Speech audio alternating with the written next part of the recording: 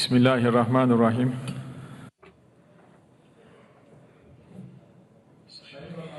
Distinguished ministers, distinguished Secretary General of the Islamic Cooperation Organization, distinguished ladies and gentlemen, distinguished guests, Assalamu alaikum wa rahmatullahi wa barakatuh. This is the 51st session of the Council of Foreign Ministers that we are organizing in Istanbul with the theme of the OIC in a Transforming World. Welcome. The dignity, the solemnity of the civilization of Islam has been carried by this ancient city for many years, and today it is a meeting point where we have new hopes for our joint future. It is at the same time a center of regional and global peace activities. For the last year, I would like to indicate our gratitude for the Republic of Cameroon that have undertaken the position of term president in a successful manner. The strong voice raising from Africa is actually showing that the Islamic world is in a multi-center awakening process. The voice of Africa is our voice. We believe that Africa regaining its position in the regional arena, we believe our organization has an important role to play. Distinguished guests and my distinguished brothers, during our term presidency, we are going to raise the voice of Islamic geography, the Muslim world, and we will prioritize establishing global justice, and we will stand strong against persecution. Today, this meeting is organized in a crisis line from Gaza to Iran, from Lebanon to Yemen. Unfortunately, this is how we are organizing this meeting. There are many countries representing the Muslim world, and we're passing through dire days, and their participation to this meeting is a very good example to our solidarity.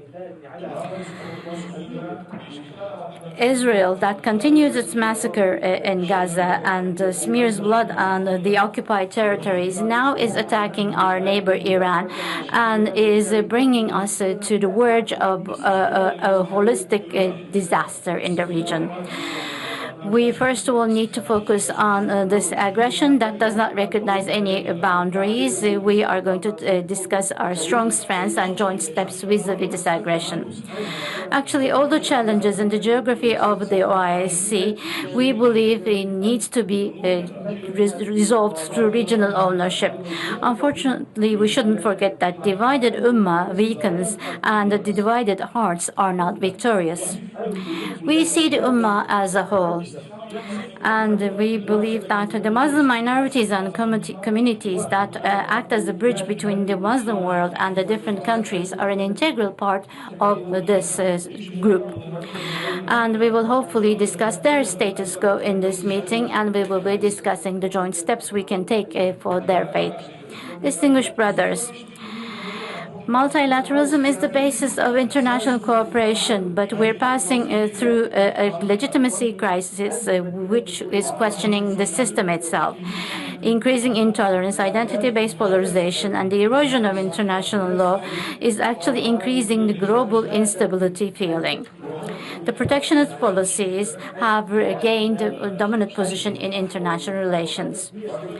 Starting from the United Nations Security Council, the international mechanisms are becoming non-functional, and the violence in Gaza is actually an important example to witness this.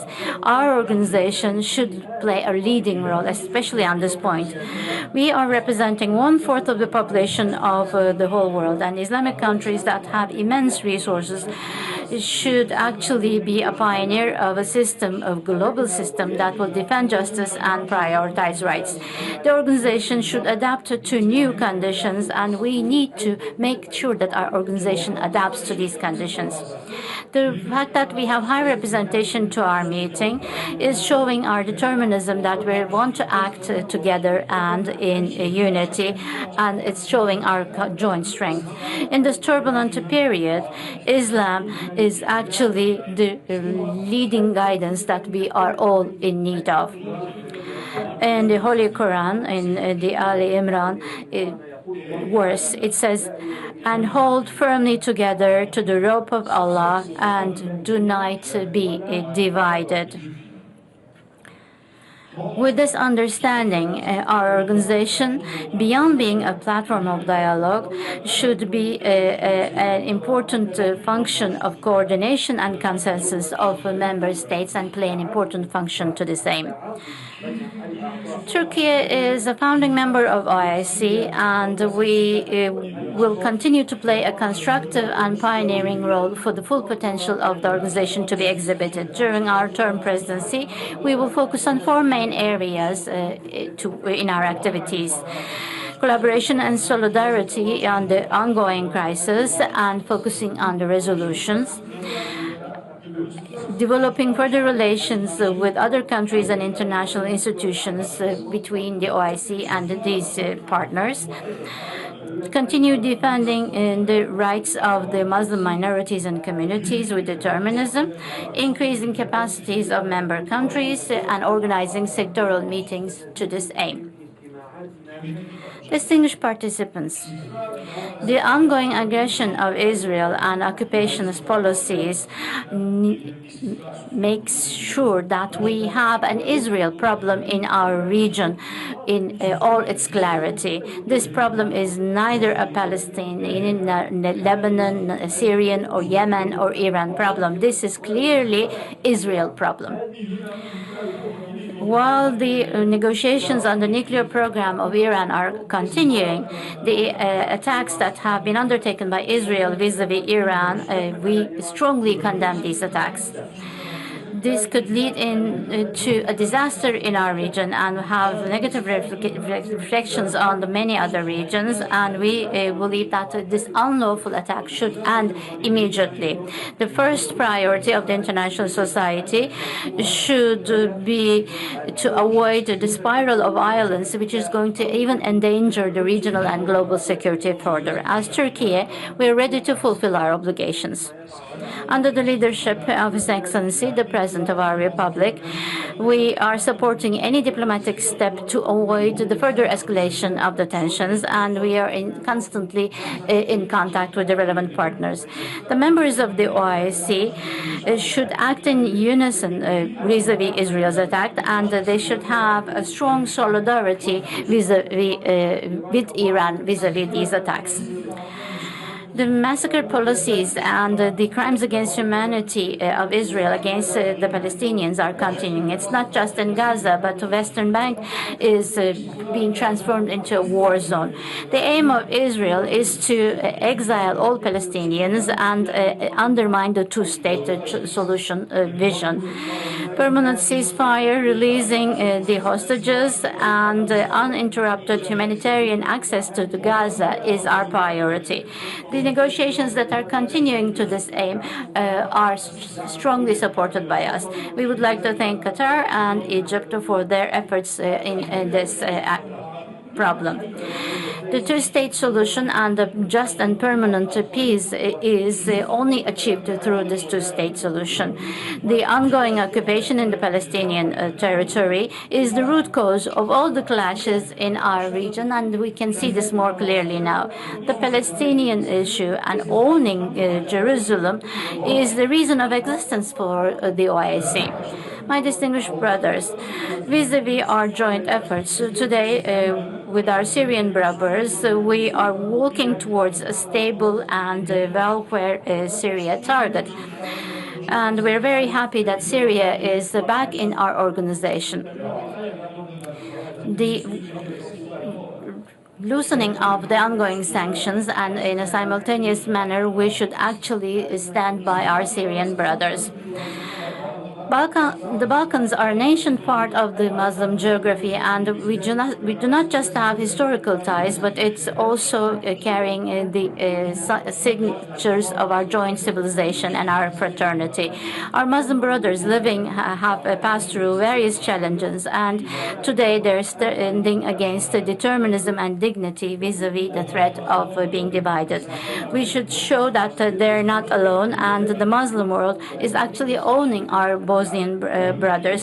This is our joint task. The discrimination and secessionist rhetoric is totally condemned by us, and the revisionist approaches pertaining to religion and ethnicity are condemned by us. On the other hand, for 3 years there have been clashes that created deep pain in our Sudanese brothers. As Turkey, we are supporting all regional and international peace activities to resolve this crisis, and we are inviting international society to sincerely contribute to peace and welfare and stability in Sudan. We should not forget that the resolution of this problem is not just important for the Sudanese people, but also for the whole continent and predominantly the Horn of Africa. On the other hand, Pakistan and Hindustan are, India are passing through some clashes, and this is actually putting forward the vulnerability in Southeast Asia of peace and stability. The decision of ceasefire between the parties is appreciated by us, and we do hope that this is going to be resolving the problem through dialogue. If the clashes starting from Kashmir is not resolved, the tension potential is going to increase. We should actually make the dialogue channels functional. A direct and healthy dialogue is going to be important for peace, security, and stability in Southeast Asia. In the island of Cyprus, there are 2 nations and 2 states. The Islamic world is an important unity, and the Turkish Republic of Northern Cyprus is represented as an observer in our family.